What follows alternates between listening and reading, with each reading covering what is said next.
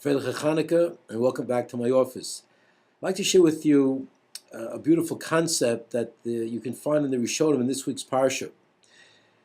We very often tend to think that issues are decided by pure halacha, in the sense of looking at the Shulchan Aruch and deciding what to do in a given situation.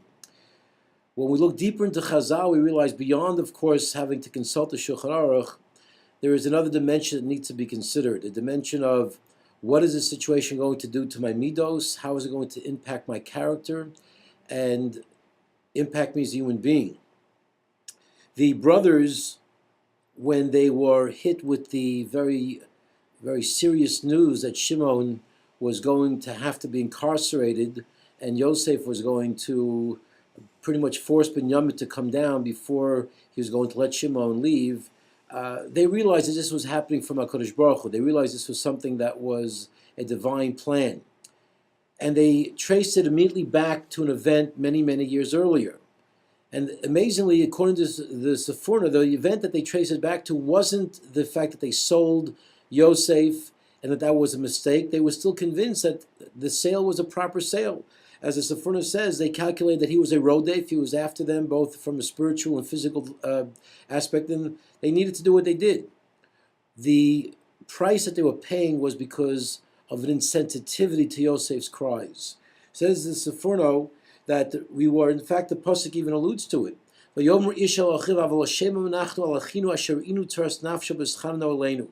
saw the pain of our brother when he called out to us, and we did not listen to him. And the Sephorna adds, we were achzorim, we were callous, we manifested on some level, on some subtle level, an insensitivity to our brother that we now have to pay a price for.